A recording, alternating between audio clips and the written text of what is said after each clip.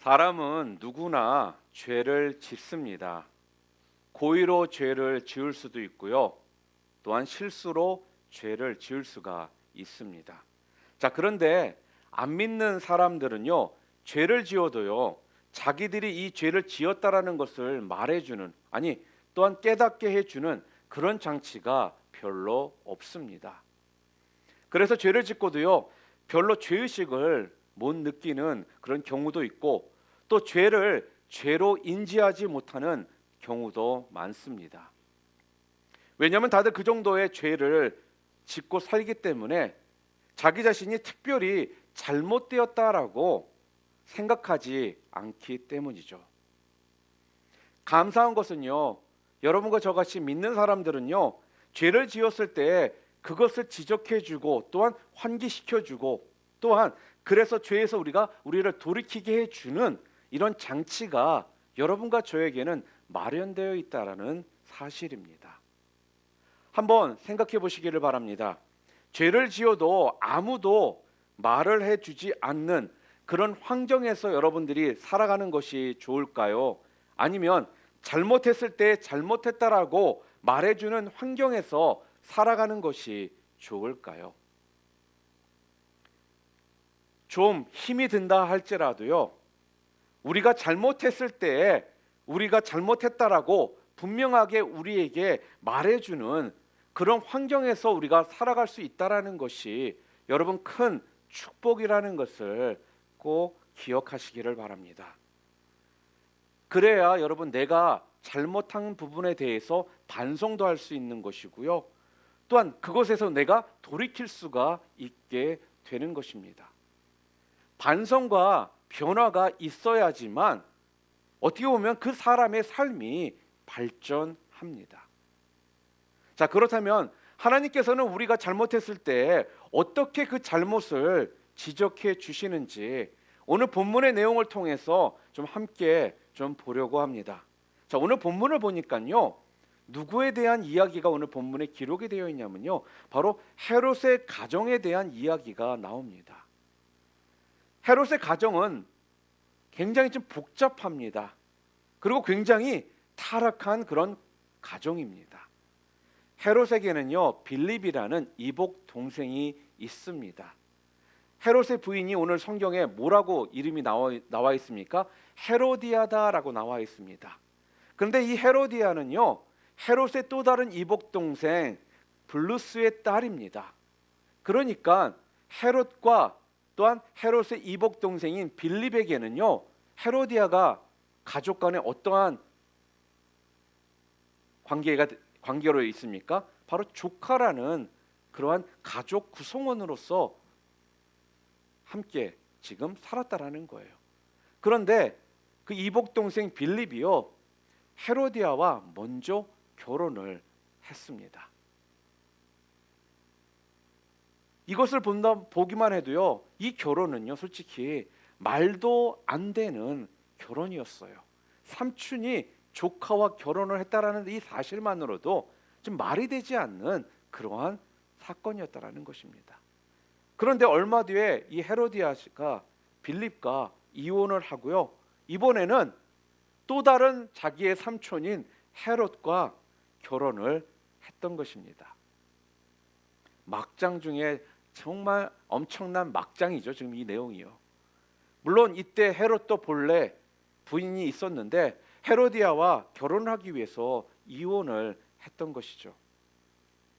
자, 이런 것을 보면요, 이 집안 사람들이 지금 얼마나 지금 타락한 사람들이고 또한 윤리의식이 없는 사람들인지를 우리는 지금 이 모습을 통해서 분명하게 알 수가 있다라는 것입니다. 이때 이들의 잘못을요, 좀 구체적으로 지적해 주는 사람이 있었습니다. 그게 누구였냐면 오늘 본문에 나오는 바로 침례 요한입니다. 침례 요한은요, 이 당시에 이스라엘 사람들을 향해서 회개하라고 외쳤던 사람이었습니다. 그런데 그것도요, 대충 건성으로 회개하라고 이야기했던 것이 아니라 이스라엘 백성들을 향해 구체적으로 회개를 하라고 말했던 사람이 바로 침례 요한이었다라는 거예요. 또한 삶의 변화와 결단을 분명하게 요구했던 사람이 침례 요한이었습니다. 그런 요한이요, 지금 헤롯이 왕인데도 불구하고 이 가정의 이 부도덕한 모습을 보고요, 통렬하게 지적을 하더라는 거예요. 오늘 보면 16, 18절에 보게 되면은 이는 요한이 헤롯에게 말하되 동생의 아내를 취한 것이 옳지 않다 하였음이라. 이 말은요, 소위 말하면 지금 입 바른 소리를 지금 헤롯에게 요한이 한 것이에요. 지금 하나님의 사람이요, 이렇게 말씀을 통해서 잘못을 구체적으로 지적을 했던 것이죠. 이처럼 하나님께서는요, 오늘날 우리의 잘못을요, 하나님의 종들을 통해서 또한 그들이 전하는 이런 말씀을 통해서 우리들의 그런 잘못된 부분들을 지적해 주시고 또한 말씀해 주십니다. 여러분이 아시는 것처럼 구약 성경을 보잖아요. 구약 성경에 나오는 많은 선지자들의 주된 사역이 무엇이었느냐 하면요, 다른 것이 아니었습니다. 선지자들의 주된 사역은요, 바로 그 시대의 잘못들을 지적하고 회개를 촉구하는 것이 구약 시대에 선지자들이 가장 중요하게 했던 사역의 그러한 모습들이었다라는 것이죠. 왕을 비롯해서요, 귀족들이나 평민들이나 제사장들 각각 그들의 잘못을요, 조목조목 지적하면서 회개를 촉구했던 사람들이 바로 선지자였다라는 겁니다. 그런데 지금 신약에 들어와서는 그 일을 누가 할까요? 바로 목사들이 하고 있습니다. 강단에서 목사들이요, 항상 성도들에게 좋은 말만 할 수가 없습니다. 항상 격려되고 위로가 되는 말만 이 강단에서 할 수가 없다라는 것입니다.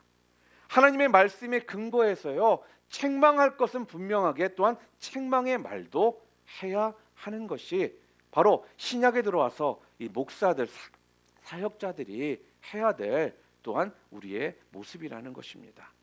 그럴 때요, 우리는 그 말씀을요, 내게 하나님께서 하시는 말씀으로 우리가 하나님의 음성으로 우리가 받아들이는 그것이 얼마나 큰 축복인지 여러분은 모릅니다. 그래서 성경은요, 우리들에게 성경 자체로 뭐라고 말씀해 주셨느냐면요, 디모데후서 3장 16절과 17절에 모든 성경은 하나님의 감동으로 된 것으로 교훈과 책망과 바르게 함과 의로 교육하기에 유익하니 이는 하나님의 사람으로 온전케 하며 모든 선한 일을 행할 능력을 갖추게 하려 함이라, 이렇게 말씀을 하셨습니다. 여러분들의 설교를 듣다 보면요, 하나님이 내 잘못을 지적하고 있구나라고 하는 생각이 들 때가 분명 있으셨을 것입니다. 여러분, 그 음성을 들을 수 있다라는 것이 여러분 축복이라는 것을 여러분 믿으시기를 바랍니다. 여러분, 듣는다라는 건요, 들을 수 있다라는 건요, 여러분들에게 고칠 수 있는 기회를요 지금 주신다라는 뜻이기 때문에 그렇습니다. 고칠 기회를 주지 않을 것 같으면요, 잘못을 또한 지적도 하지를 않습니다. 바로 매를 들면 되거든요. 굳이 지적해서 힘들 것이 아니라 매들어서 매로 벌을 주면 된다라는 거예요. 그러니까 잘못을 지적해 주는다는 것은요, 고칠 수 있는 기회를 여러분들에게 주셨다라는 거예요. 우리는 그 기회를요 분명히 살려야 합니다. 우리의 마음이 harden해지잖아요. 그러면 하나님의 음성이 들리지 않기 때문에 여러분들이 고칠 수 있는 기회를 여러분들이 놓치시게 되는 것입니다. 그래서 들렸다라는 것 자체만으로도 그것이 얼마나 큰 축복인지 여러분들은 꼭 기억하시기를 바랍니다. 그렇다면 들렸을 때 그 기회를 여러분 놓치지 마시기를 바랍니다. 그래야지만 우리가요 하나님이 원하시는 사람들로서 우리가 살아갈 수가 있게 되는 겁니다. 여러분, 그래서요 말씀을 우리는 뭐라고 얘기하냐면 거울과 같다라고 이야기를 합니다. 아마 여기 이 자리에 계신 모든 분들은 아마 거울을 보실 겁니다. 거울을 자주 보느냐 그렇지 않느냐의 차이는 있겠지만 우리 모두는 거울을 봅니다. 왜 우리가 거울을 볼까요? 거울을 통해서 내 얼굴에 어떠한 흠이나 묻어 있는 것들을 볼 수도 있고요. 또한 거울을 봄으로써 내 옷매무새를 다시 한번 저 헝클어진 모습들을 다시 고칠 수가 있기 때문에 우리가 거울을 보는 것입니다. 마찬가지로요. 우리 자신의 그 상태들을 온전하게 바라볼 수 있는, 체크할 수 있는 길이 무엇이냐면요. 바로 하나님의 말씀을 접하는 것이라는 거죠. 말씀을 통해서요. 여러분과 저의 잘못된 부분들을요. 우리가 발견할 수 있는 것이고요. 또한 성찰할 수 있는 것이고요. 또한 고쳐 나가는 삶을 우리가 꾸준하게 살아갈 수가 있게 된다는 것입니다. 그럴 때 평범했던 우리가요. 거룩한 사람, 거룩한 성도가 되어지게 된다는 거죠. 그래서 우리는요. 말씀을 주야로 묵상한다라는 이 말이요. 그냥 교회에 나와 있기 때문에 하는 이야기가 아니라 바로 여러분과 저의 잘못된 부분들을 발견하고 그것을 통해 우리가 더 나은 사람으로 변해가기 위해 하나님께서 우리들에게 허락하신 우리들이 첫 번째로 우리가 붙들고 나아가야 될 하나님의 방법이라는 것입니다. 하나님의 말씀을 통해서 여러분과 저를 깨닫게 깨우치게 해주신다라는 거죠. 그래서 늘 말씀의 자리에 나오시는 것에 게으르지 않으시기를 바랍니다. 말씀이 없는 사람은요. 그래서요. 마치 방향을 상실한 배와 같은 삶을 살게 됩니다. 그냥 되는 대로 살게 된다라는 거예요. 기준이 없이 살아가게 됩니다. 누가요? 말씀이 없는 사람들은요. 여러분 성도라고 다르지 않습니다. 우리가 성도일지라도 우리가 말씀을 우리는 매 순간 들어야 한다라는 거예요. 왜요? 말씀이 여러분과 저의 삶의 방향을 제시해주고 또한 기준을 우리들에게 허락해 주기 때문에 그 말씀이 우리 가운데 우리가 올바른 길로 갈 수 있도록 우리를 인도해 준다라는 거죠. 그래서 우리는요 말씀을 늘 묵상해야 되는 거예요. 그래서 저희 교회는요 하루에 3장씩이라도 꼭 읽으시라고 매주 스케줄을 여러분들에게 알려드리고요. 또한 드라마 바비론에도 여러분들이 좀 다운로드 받으셔서 바쁘신 상황 가운데서도 운전하는 시간까지라도 좀 여러분들이 사용하셔서 하나님의 말씀을 좀 접하시라고 매주 여러분들에게 말씀을 드리고 알려드리는 겁니다. 여러분 말씀을 가까이 하시기를 바랍니다. 말씀을 묵상하시기를 바랍니다. 그래야지만 여러분의 잘못된 부분들을 발견할 수 있고 잘못된 길로 나가는 여러분의 자신들을 올바른 길로 다시금 돌아오게 할 수가 있는 것입니다. 또한 두 번째로는요. 하나님이 인간을 만드실 때 짐승과 다르게 만드셨습니다. 그래서 인간에게는요. 짐승에게 없는 것들이 참 많습니다. 특별히 이것이 없으면 인간이 아닙니다. 오늘 제가 말씀을 드리는데 없다. 그럼 여러분 인간이 아닌 거예요. 자, 그게 뭘까요? 바로 양심입니다. 인간에게만 양심이 있습니다. 짐승에게는 없다라는 것이죠. 그래서 인간이지만 양심이 없는 인간을 가리켜 짐승 같은 인간이다라고 우리가 이야기를 합니다. 아니 어느 때는 짐승만도 못한 사람이다라고 우리가 이야기를 하는 것입니다. 그렇다면 도대체 양심이 뭘까요, 여러분? 양심이 무엇입니까? 양심은요, 하나님께서 우리 인간 마음속에 심어놓은 하나님의 기준이 바로 양심이라는 거예요. 누가 말하지 않아도요, 인간은요 잘못한 것에 대해서 스스로가요 그것이 잘못되었다라는 것을 압니다. 양심이 아는 거예요. 또 잘못한 것을 아무도 몰라도요 우리 양심이 그거를 자꾸 어떻게 하느냐? 고발을 합니다. 잘못했다는 것을요, 계속적으로 지적을 해준다라는 거예요. 그래서 우리가요, 양심의 가책을 느끼는 것입니다. 사람에게는 이러한 양심이 있는데요, 짐승에게는 양심이 없습니다. 짐승은요, 본능에 충실한 삶을 살거든요. 배가 고프면요, 약한 동물들을 잡아먹습니다. 그렇다고 해서 약한 동물을 잡아먹고 나서 그것 때문에 후회하거나 가책을 느끼지를 않는다라는 거예요, 짐승은. 그런데요, 인간은 다릅니다. 우리는 양심이 있습니다. 그래서요, 우리는요, 고상한 존재인 것입니다. 오늘 성경에 보면요, 헤롯을 우리가 보면 알 수 있습니다. 오늘 본문 20절에 보게 되면은 헤롯이 요한을 의롭고 거룩한 사람으로 알고 두려워하여 보호하며 또 그의 말을 들을 때에 크게 번민을 하면서도 달갑게 들음이러라, 이렇게 이야기를 하고 있어요. 지금 요한이 헤롯에게 당신 잘못했다라고 분명하게 지적할 때 크게 번민을 했다라는 것입니다. 비록 자기가 왕이었지만 요한의 말이 바른 말이었기 때문에 지금 그게 자기 양심의 가책이 느껴졌더라는 거예요. 그래서 듣기 부담스러운 말이었지만 그것을 거부하지 않고 그 말을 들었다라고 오늘 기록하고 있습니다.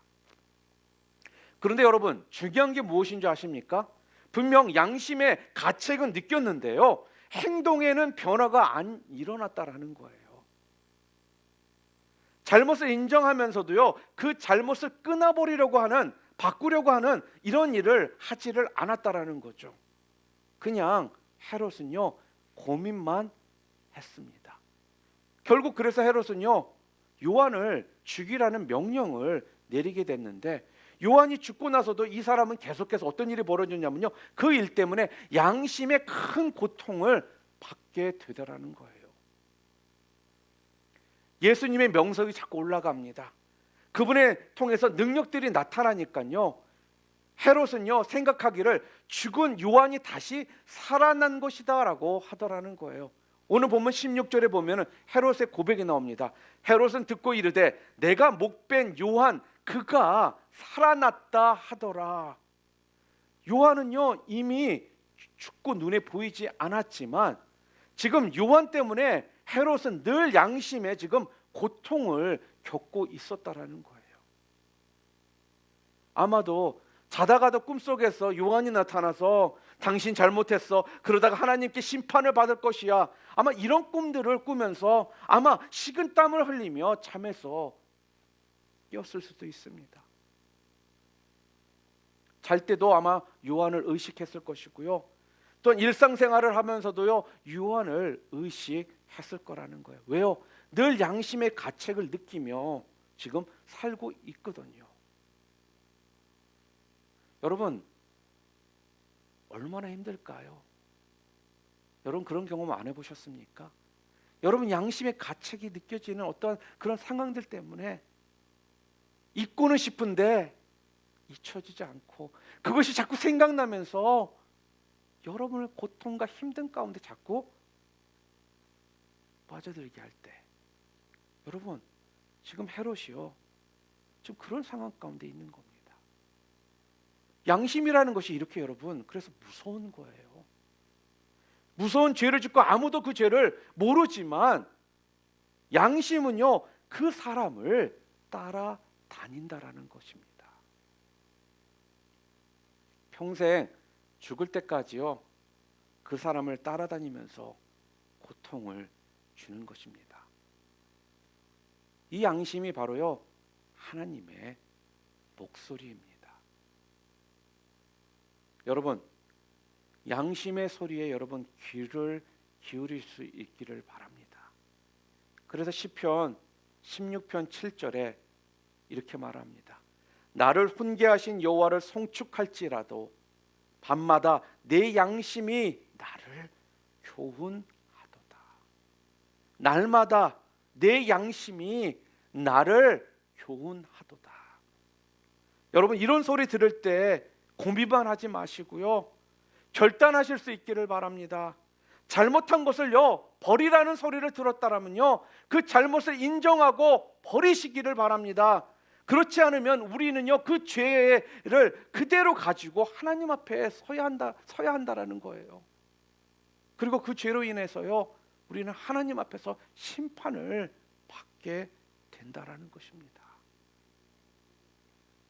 지금 양심의 소리에 귀를 기울이고 잘못을 좀 버리면요, 하나님 앞에 여러분들이 섰을 때 여러분들은 떳떳하게 설 수 있는데, 자기의 잘못을 인정하지 않고 버리지 않는 것은요, 힘들다고 버리지 않는다라는 것은요, 자꾸 미루며 살기 때문에 결국은 나중에 더 큰 고통을 여러분들이 짊어지게 된다라는 거예요. 이런 더 큰 고통 짊어지며 평생 살기를 원하십니까? 하나님이 우리들에게 분명 양심이라는 것을 주셨습니다. 귀한 기능을 우리들에게 주신 거예요. 그렇죠? 그런데 어떤 사람은요 그 양심이 죽어버린 사람도 있더라는 겁니다. 성경은요 그런 사람들을 뭐라고 표현을 했냐면요, 양심이 불에 타버린 양심, 화인 맞은 양심이라고 그렇게 표현을 합니다. 다시 말하면요, 죄를 지어도요 양심의 가책을 못 느끼는 사람, 아픔이 없는 사람을 말하는 거예요. 양심이란 이 기관이요 지금 망가져 버린 것입니다. 헤로디아가 바로 그런 사람이었거든요. 이 사람은 자기 잘못에 대해서요 전혀 아픔이 없었습니다. 양심의 고통이 없었다라는 거예요. 어떻게 하면 자기에게 싫은 소리를 한 요한을 어떻게 하면 죽일까, 이 생각만이 헤로디아 생각 가운데, 마음 가운데는 가득 차 있었다라는 겁니다. 그래서 헤로디아는요 기회를 계속적으로 엿보고 있었습니다. 그러다가 헤롯의 생일날 잔치를 할 때 자기 딸을 보내가지고 그 잔치에서 춤을 추게 하면요 헤롯이 굉장히 즐거워할 것이다라는 것을 헤로디아는 분명 알았습니다. 헤롯의 성향을요 헤로디아는 지금 잘 파악하고 있었거든요. 분명 헤롯이 그 딸의 춤추는 것을 기뻐하면서 딸에게 무엇이든 네가 소원하는 것이 있으면 나에게 이야기하면 내가 들어줄 것이다 라고 그렇게 물을 것이라는 것을 헤로디아는 알고 있었다라는 거죠. 그럴 때 자기 딸에게 시켜서 요한의 머리를 달라고 요구하게 했던 것입니다. 정말 무서운 사람입니다. 양심이 진짜 죽은 사람의 모습입니다. 그런데 요즘 이런 사람들이 여러분과 제가 살고 있는 지금 이 시대에는 너무나도 많습니다. 하루가 무섭도록 다음날 일어나서 뉴스를 보면요, 묻지마 살인에 관한 이야기들, 자녀가 부모를 죽이고 돈 때문에, 부모가 자녀를 버리고, 또한 성폭행을 하고 사람들을 무참히 죽인 사건들이요 이제는 흔하게 우리 가운데 뉴스로 접할 수 있게 되었다라는 거예요. 지금 우리가 살고 있는 미국 땅은 어떻습니까? 이런 일들이 벌어지고 있지만 더 심각하게 총기 사고로 인해서 죽어가는 사람들이 얼마나 지금 많은지 모릅니다. 그 이유도요 말이 되지 않는 이유로 사람을 총으로 쏴 죽입니다. 그냥 기분이 나빠서, 그냥 우울해서 총으로 사람을 쏴 죽이는 지금 이러한 무자비한 시대에 지금 우리가 살아가고 있다라는 거예요. 양심이 죽어버린 이런 사람들이 지금 이 시대에 너무나도 많다라는 겁니다. 이들이 도대체 어떤 이유로 이렇게 양심이 죽어버렸는지는 우리는 알 수가 없습니다. 그런데요 이들이 분명 병들었고 아예 이들이 망가져 버린 사람이라는 것은 분명하다라는 것입니다. 이런 사람들이 많아지고 있다라는 거예요. 사람이 아니라 짐승 같은 사람들이 지금 많아지고 있는 겁니다. 그만큼 지금 우리가 살고 있는 이 사회가요, 병들어 있다라는 것을 우리에게 지금 알려주는 것입니다.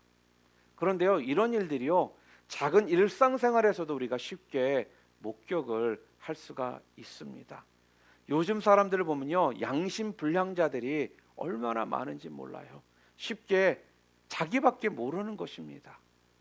우리가 주차장에 가끔씩 보면요, 한 대씩 주차를 하게 되어 있는 이런 주차 공간에 양쪽을 물고 정 가운데에 차를 파킹해서 다른 사람들이 차를 파킹할 수 없도록 주차를 한 사람들이 자주 보이더라는 거예요.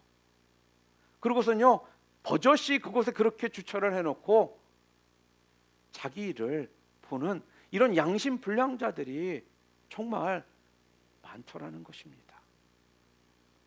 자기 편하자고 다른 사람에게 지금 불편을 주는 겁니다. 자식들도 그런 것들을 보고 여러분 배운다라는 거 여러분 잊지 마시기를 바랍니다. 그래서 우리들은요, 자기밖에 모르고 남을 배려할 줄 모르는 사람들이요, 지금 이 시대에 너무 많다라는 거예요. 그래서 이렇게 양심 없는 사람들이 점점 많아지는 이 시대에 바로 늘 자신보다 남을 배려하는 이런 사람들을 우리는 키워야 한다라는 것입니다. 그런 모습들이 바로 우리 그리스도인들의 모습이 되어야 한다라는 거예요. 하나님은요, 많은 사람을 찾고 계시는 것이 아니라 그러한 마음 가운데 한 사람이라도 더 배려하고자 하는 이런 마음을 가진 그 한 사람을 하나님께서는 지금도 찾고 계신다라는 거예요. 믿기는요, 그 한 사람이 여러분과 제가 되기를 바랍니다. 지금 이러한 사람이 지금 이 시대에 너무나도 필요합니다. 그래서 우리는 절대로요, 우리의 양심이 망가져서는 안 된다라는 거예요. 여러분, 기독교 시인 가운데 윤동주 시인을 아마 여러분들 많은 분들이 아실 겁니다. 윤동주 시인이 서시라는 시를 썼는데요, 그 서시에 이러한 고백이 있습니다. 죽는 날까지 하늘을 우러러 한 점 부끄러움 없기를, 잎새에 이는 바람에도 나는 괴로워했다. 사랑하는 성도 여러분, 우리 믿는 사람들은 정말 하나님 앞에서 한 점 부끄러움 없이 살겠다라는 이런 치열한 이런 고민을 우리가 했으면 좋겠습니다. 이런 고민을 하며 살아가는 여러분과 제가 되기를 주님의 이름으로 축복합니다. 자, 그렇다면 오늘 본문에 나와 있는 헤롯은 도대체 하나님의 음성을 분명 들었음에도 불구하고 그렇게 반응을 하지 않았던 이유가 무엇일까요? 하나님의 음성을 들었음에도 불구하고 우리가 반응을 하지 못하는 그 이유가 도대체 무엇인가 하는 것입니다. 오늘 본문을 보니까요, 그 이유가 바로 육신의 쾌락 때문이었다라는 것을 알 수가 있습니다. 헤롯이요, 자기 부인과 이혼을 하고요, 조카이면서도 동생의 부인을 빼앗아 자기 부인으로 삼은 것은요, 큰 죄입니다.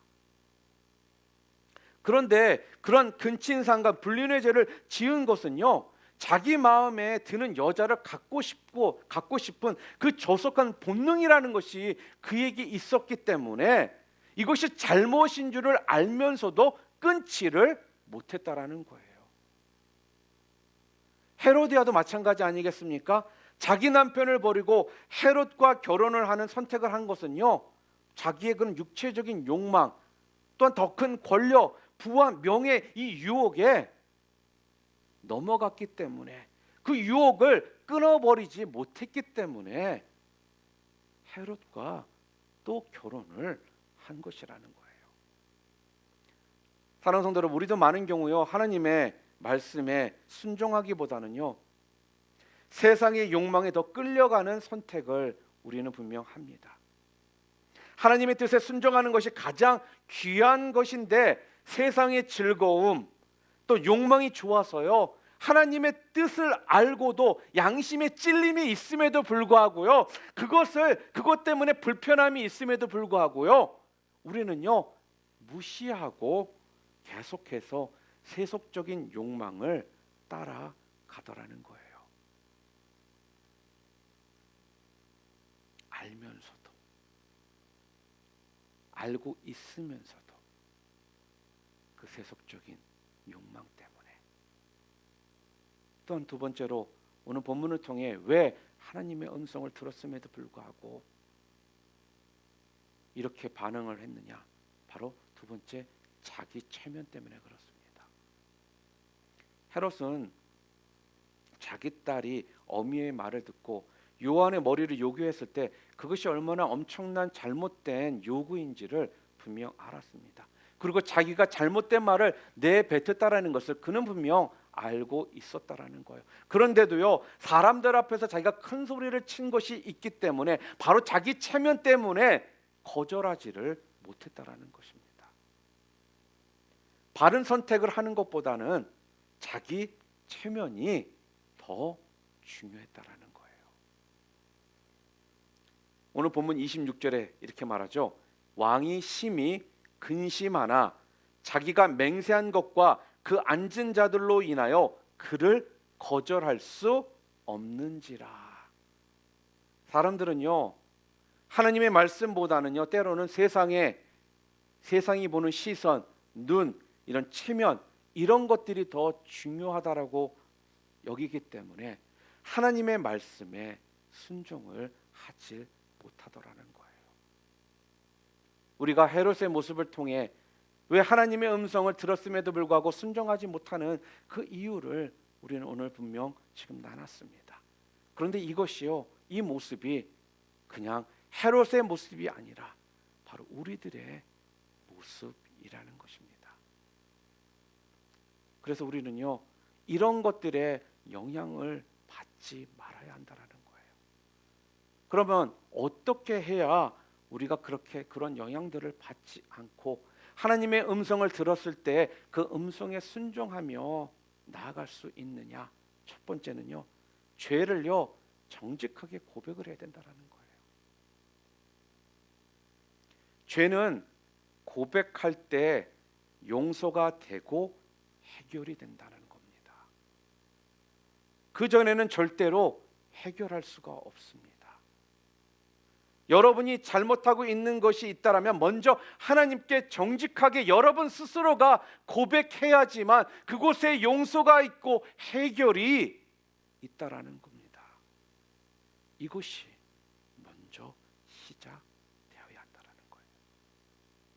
또한 두 번째로요, 환경의 변화가 필요합니다. 헤롯을 보면요, 그가 살아가는 지금 이 환경이요, 그 생활에 그에게 엄청난 영향을 주는 그러한 삶을 살고 있다는 것을 우리가 알 수가 있거든요. 헤롯의 환경을 보면 권력, 쾌락, 명예, 그리고 세속적인 가치관으로 가득한 사람들과 함께 살아가기 때문에 헤롯은 그 안에서 나올 수가 없었던 거예요. 그래서 하나님의 말씀보다는요, 자기 주변에 있는 사람들에게 더 영향을 받으며 살아가더라는 거죠. 그렇다면 우리가 어떻게 해야 된다라고요? 그런 환경에서 우리가 나와야 된다라는 거예요. 환경을 바꿀 필요 또한 있다라는 것입니다. 내 주변의 환경이 굉장히 타락한 환경이고 문화라면 나도 그곳에서 영향을 받게 된다라는 것을 여러분 잊지 마시기를 바랍니다. 내 환경이 주는 영향이 너무 크기 때문에 그래서 우리가 자꾸요, 하나님의 말씀을 들어도요, 양심이 고발해주고 있어도요, 거기에서 우리가 빠져나오지를 못한다라는 거예요. 그렇기 때문에 그럴 때는요, 환경에서 벗어나와야 한다라는 겁니다. 좋지 않은 친구들이 있습니까? 좋지 않은 친구라면 끊을 줄도 알아야 하는 것입니다. 좋지 않은 환경 가운데 놓여 있습니까? 그렇다면 그런 환경에서 여러분들이 나오셔야 한다라는 거예요. 제가 개인적으로 아는 어떤 분이 계시는데요, 지금은 개인적으로 트래킹 컴퍼니를 하고 계십니다. 그런데 전에는 회사에 소속돼서 일을 하셨었어요.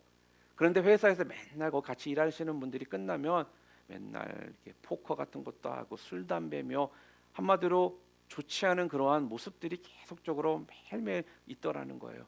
그래서 그 상황 가운데 비록 자기가 예수를 안 믿는 사람이었지만 아무리 생각해도 이런 환경에 자기가 계속적으로 있으면 몸도 상하고 자기에게 좋지 않은 영향이 올 것 같다라는 겁니다.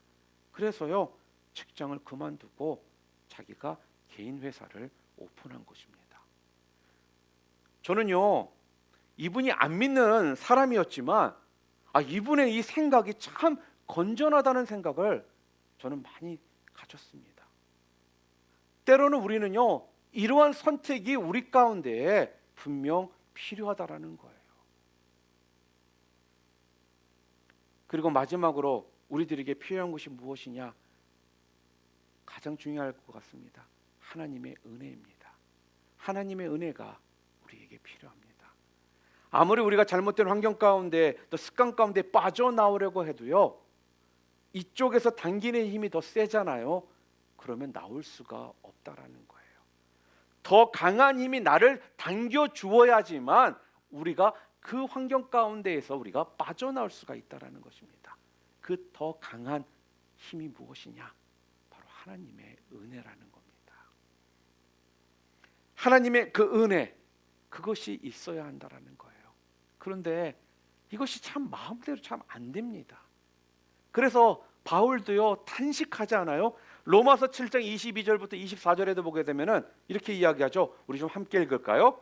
내 속사람으로는 하나님의 법을 즐거워하되 내 지체 속에서 한 다른 법이 내 마음의 법과 싸워 내 지체 속에 있는 죄의 법으로 나를 사로잡는 것을 보는도다.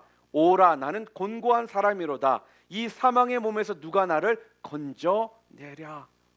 이런 절박한 마음을 가지고 우리는요, 하나님 앞에 엎드려서 간절하게 그 은혜를 우리는 구해야 한다라는 거예요. 사도 바울도요, 마음으로는 너무나도 잘 알고 있는데 그것이 안 되더라는 거예요. 그래서 간절함으로 하나님 앞에 이렇게 탄식하며 고백하더라는 것입니다. 우리에게도 이러한 간절한 고백의 모습이 우리에게 필요하다는 것입니다. 하나님의 은혜가 우리에게 필요하다라는 거예요. 하나님은요, 계속해서 구체적으로 말씀으로 또한 우리 가운데 혹은 양심으로 우리에게 계속적으로 말씀을 주고 계십니다. 말씀하신다라는 거 굉장히 감사한 것이라는 겁니다. 아직도 우리에게 기회를 주신다라는 거예요. 더 이상 여러분이 하나님의 음성이 들리지 않고 말씀이 없다라면 여러분과 저는 더 이상 그 기회가 더 이상은 없다라는 거와 다를 바가 없거든요. 말씀으로 또한 양심으로 기도 가운데 아니면 말씀을 읽다가 묵상하다가 예배를 통해 하나님의 음성이 들리신다면 여러분 감사하시기를 바랍니다. 왜요? 여러분에게 기회를 지금 주고 계신다라는 거예요. 무서운 건요, 그 음성이 더 이상 들리지 않을 때가 정말 무섭다라는 겁니다. 더 이상은 우리를 고쳐주시겠다는 것이 아니라 벌을 하시겠다라는 것과 다를 바가 없기 때문에 그렇습니다. 우리가 분명 선택을 해야 됩니다. 그리고 그 결과에 대해서도 책임을 여러분들이 지실 수 있어야 합니다. 하나님께서 요즘 여러분들에게 설교 시간마다 여러분의 마음에 주시는 것이 있으십니까? 아니면 여러분들이 기도하실 때 계속적으로 여러분 가운데 들려지는 하나님의 음성이 있으십니까? 아니면 말씀을 묵상하면서 그 말씀 묵상 가운데 여러분에게 주시는 메시지가 있으십니까? 혹은 계속적으로 여러분 마음에 있는 그 양심이 계속적으로 무언가를 여러분 자꾸 고백하고 있는 것이 있으십니까? 그렇다면 절대로 그것을 무시하지 마시기를 바랍니다. 그 음성을 무시하지 마시고 결단하실 수 있기를 바랍니다. 그리고 버리실 것은 분명히 버리실 수 있기를 바랍니다. 그리고 하나님의 뜻을 따르시기를 바랍니다. 오늘 본문이 바로 그렇게 살아갈 때 여러분의 영혼과 제 영혼이 하나님이 원하시는 그런 잘 사는 영혼의 길로 걸어가는 것이다 라고 말씀하십니다. 믿기는 오늘 이 자리에 계신 여러분 모두가요, 하나님의 음성이 계속적으로 들려지고 그 음성에 고민만 하는 삶이 아니라 그 음성에 순종하고 행하는 삶을 살아가심을 통해 하나님의 뜻 가운데 살아가심을 통해서 여러분의 영혼이 더욱더 축복받는 영혼들 되시기를 주님의 이름으로 축원합니다.